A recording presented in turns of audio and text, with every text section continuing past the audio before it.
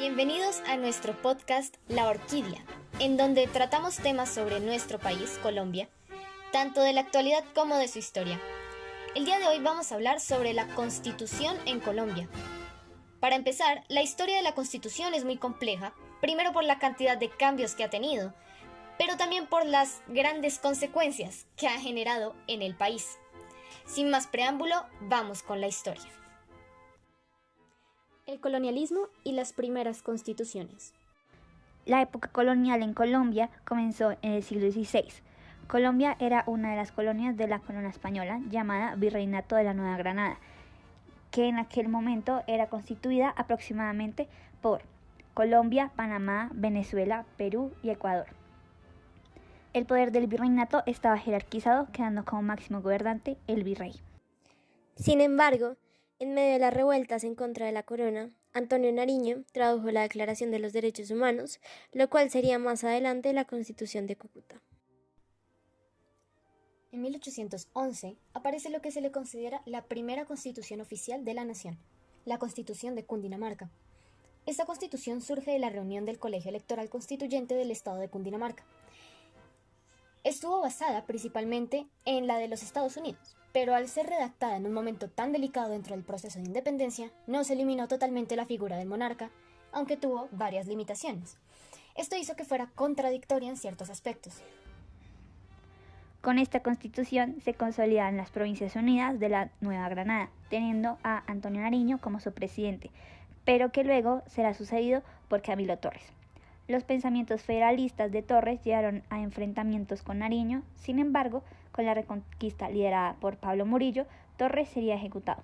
Por otro lado, Simón Bolívar y Francisco de Paula Santander continúan con las guerras en busca de la independencia de la nación y más adelante, el 7 de agosto de 1819, se da el grito de independencia en la batalla de Puente Boyacá.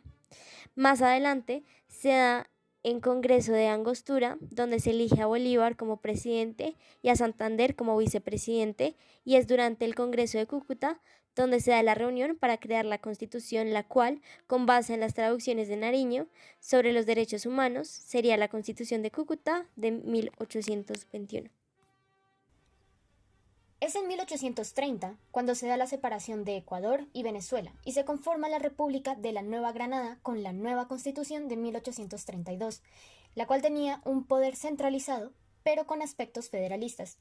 De aquí vienen dos reformas a esta Constitución, una en 1843 y la segunda en 1853, siendo esta última donde se da la transformación de los términos federalistas y centralistas a liberales y conservadores. Poco después, en el 58, aparece una nueva constitución. Sin embargo, es en el año 1863 donde surge la Constitución de Río Negro. Esta constitución tuvo una fuerte influencia liberal, lo cual dejó muy inconformes a los conservadores. Es después de esta cuando surge la Constitución de 1886, la más larga de la historia del país. Rafael Núñez le da un fin a la hegemonía liberal con la regeneración, lo cual da una fuerte identidad conservadora a la oficialmente llamada República de Colombia. La regeneración y la Constitución de 1886. La regeneración fue un movimiento político que buscaba el orden, la centralización del poder e hizo fuertes alianzas con la Iglesia, lo cual tuvo como consecuencia la exclusión de otros sectores sociales. Fue durante este periodo donde Rafael Núñez establece la Constitución de 1886. Cabe aclarar que esta constitución fue redactada por Miguel Antonio Caro junto con el arzobispo de Bogotá, y es por eso que es muy clara la visión católica de la nueva constitución. Asimismo, se ve una reestructuración a un sistema unitarista, una reformulación de los derechos fundamentales y una democratización parcial del sufragio. Del mismo modo, la educación pública quedó a cargo de la Iglesia, que condena la libertad de culto y el liberalismo. También se establece un matrimonio indisoluble y se restaura la pena de muerte. Sin embargo, a pesar de la búsqueda de esta constitución por un orden y una unidad, sus consecuencias fueron devastadoras. Entre estas está la Guerra de los Mil Días, una de las guerras más sangrientas en la historia de Colombia, que se dio entre 1899 y 1902. Esta guerra fue entre liberales y conservadores. Otra consecuencia que también va muy de la mano de la Guerra de los Mil Días fue la separación de Panamá, dada en 1903, evento que fue apoyado por los estadounidenses al ver el estado tan débil del país durante la guerra, y asimismo Panamá ya venía con el deseo de independizarse al sentirse extremadamente excluida de la situación política, por lo que se da su independencia, siendo esto una fuerte derrota para los colombianos. El Frente Nacional. Para dar una contextualización sobre el Frente Nacional, podríamos decir que todo comienza con el gobierno de Rafael Núñez desde el año 1885, cuando decide abandonar a los liberales y formar un consejo de delegatorios entre liberales y conservadores independientes escogidos por el presidente. Ah, sí, este gobierno tuvo un periodo de 6 años. Creo que fue desde 1886 a 1892. Además, aprueba una nueva constitución y elimina el federalismo, dándole al presidente el poder de elegir a los gobernantes de cada departamento. Claro, y es necesario acordarnos que los derechos electorales se restringen nuevamente y solo tenían la posibilidad de elegir a consejos municipales y asamblea de departamento, y votaban por electores, que después eligen a la Cámara de Representantes y al presidente del país. Tienes razón, Sophie. Puedo añadir que el derecho a votar también se limitó por riqueza y alfabetismo. Entonces, lamentablemente, no todas las personas del país tenían este derecho. Sí, Lau. Además, esta constitución de 1886 devuelve el poder perdido con anterioridad y elimina el capítulo de los derechos del hombre y ciudadano, desapareciendo las libertades de expresión, imprenta, pensamiento y movimiento. Además, crea un ejército nacional, que para él impone la paz en el país. Pero la realidad de todo esto es que su gobierno durante esos 6 años fue centralista, religioso, autoritario, social y políticamente excluyente, generando diferentes guerras civiles y desacuerdos en la comunidad. De acuerdo. Listo. Entonces, entendiendo este gobierno con mayor claridad, debemos continuar con el gobierno de Rafael Reyes, que fue a partir del siglo XX. Aquí todos los colombianos eran miembros de un partido y las familias influían en esta decisión. Además de esto, la mayoría de los pueblos en general también eran de un solo partido, aunque existían barrios o veredas que se oponían a este. Sí, esto sucedía más que todo porque el hecho de que cambiar o voltearse de partido era un acto de traición, cobardía y corrupción. Cambiando de tema, es necesario recordar que en esta época el presidente promueve el Tratado de Cortes-Brut, firmado en 1907, ya que iba a recibir una indemnización de $2.5 millones. Es cierto, lamentablemente el departamento de Panamá se independiza en 1903 sin que Colombia tuviera forma de responder. Todo esto es gracias a Theodore Roosevelt, que interesado en el Canal de Panamá y enojado por el rechazo en Colombia, prohibió el transporte de tropas colombianas por el ferrocarril y protege la nueva nación. Debemos recordar que en este gobierno existieron diferentes avances. Sí, uno de ellos fue el hecho de que nombra a los primeros 2 ministros liberales de 6. Estos fueron los primeros en casi 2 décadas. Es cierto, y no se les olvide que le pide al Congreso conservador poderes extraordinarios, y al negarlo, este cierra el Congreso. Además, convoca en 1905 una asamblea constituyente escogida por Consejo de Gobierno y extiende su periodo presidencial, dándole al Partido Liberal la tercera parte de los curules. Durante su gobierno sigue nombrando constantemente ministros liberales, generando una división entre el Partido Conservador, y lleva a que el 10 de febrero de 1906 se genere un atentado contra su vida llamado Barro Colorado. De acuerdo, además puedo agregar que él fusila a los que disparan y destierran a zonas remotas a políticos y parlamentarios que tuvieron algo que ver en este atentado. Reyes entonces pierde el apoyo de muchas personas, pero el presidente que siempre estuvo a su lado fue Rafael Uribe Uribe. Para finalizar con esta presidencia, podríamos decir que la Asamblea de 1905 a 1909 hizo diferentes reformas como la modificación del sistema electoral y el presidente forma un partido bipartidista que buscaba un régimen respetuoso a las minorías. Ah, sí. Este se llamó Partido Republicano y hacían parte de los republicanos históricos. Esta presidencia finaliza entonces en mayo, cuando las elecciones fueron ganadas por enemigos de Reyes y deja al mando a Jorge Holguín. Otra presidencia que me parece importante es la de Carlos Eduardo Restrepo, ganada con el apoyo de la coalición republicana. Aquí la Constitución de 1886 se suaviza, eliminando la pena de muerte y creando un mecanismo de uso frecuente que permitía que cualquier ciudadano demandara las leyes si creía que violaban la Constitución. Restablece también las elecciones directas, pero mantiene la riqueza y el alfabetismo como limitante para votar. Ah, cierto, y reduce la presidencia a 4 años.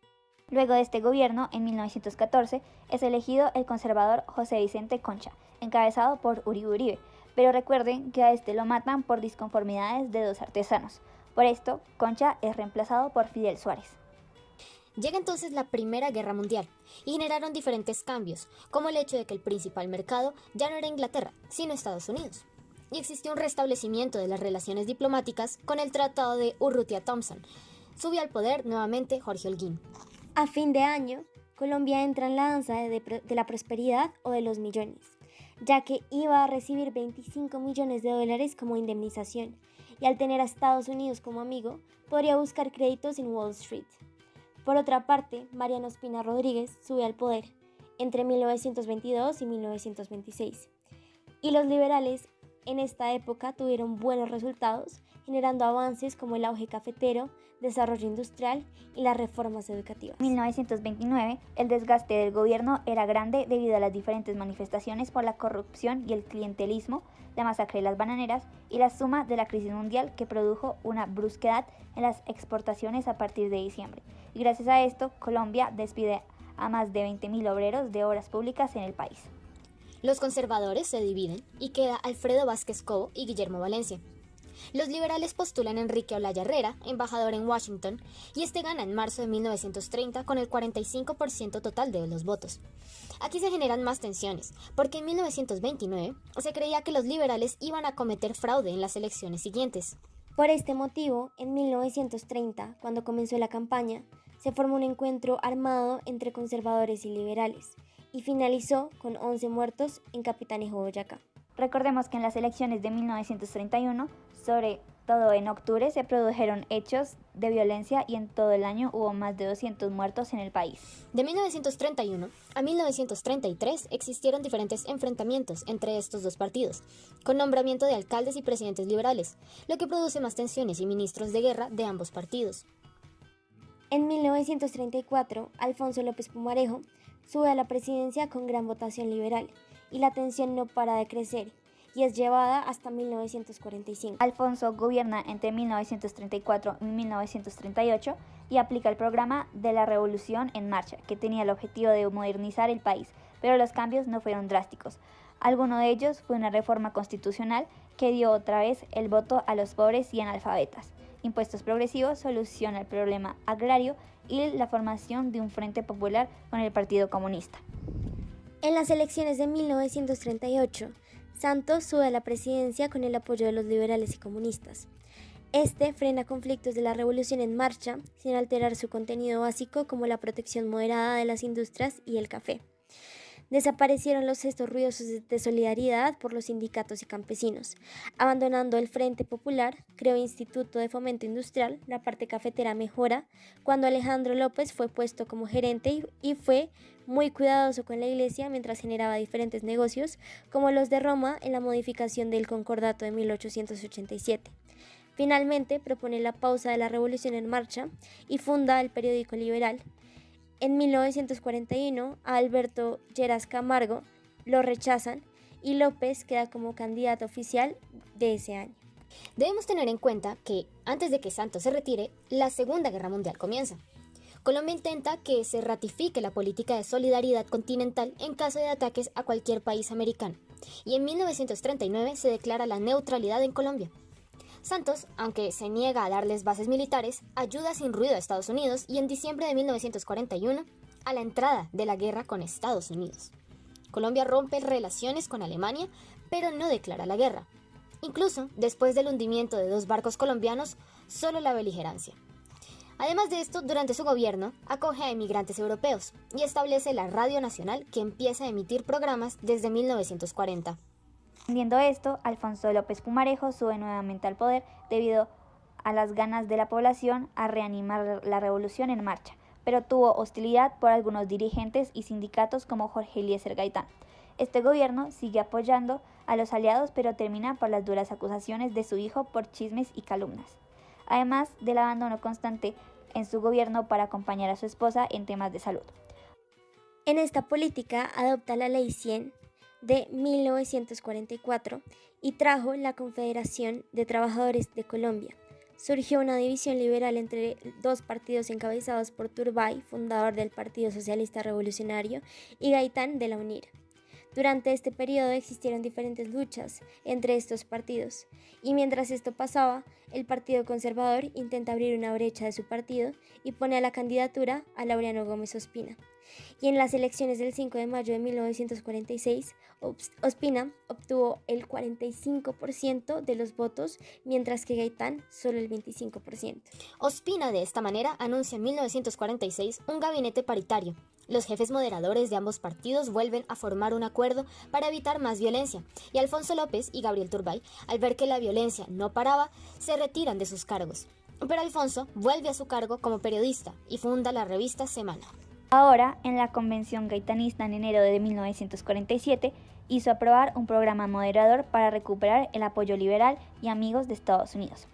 Gaitán queda como jefe del liberalismo y desde finales de 1947 se presentan diferentes choques armados, sobre todo en zonas rurales en los que murieron liberales.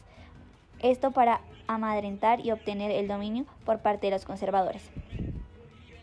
Exacto. Y ya para terminar, en febrero de 1948, Gaitán hace una marcha de silencio con más de 40.000 liberales y se reúnen en la Plaza Bolívar, pidiendo paz y respeto por la vida de sus copartidarios. Ese mismo día, en Manizales, la policía ataca a una manifestación de liberales y mueren 12 personas. Además de esto, rechazan la presencia de Gaitán en una delegación oficial de la Conferencia de la Unión Panamericana, y esto lleva a que los liberales abandonen la coalición y se retiran de sus cargos. El 9 de abril, Jorge Eliezer Gaitán fue asesinado al salir de su oficina en el centro de Bogotá.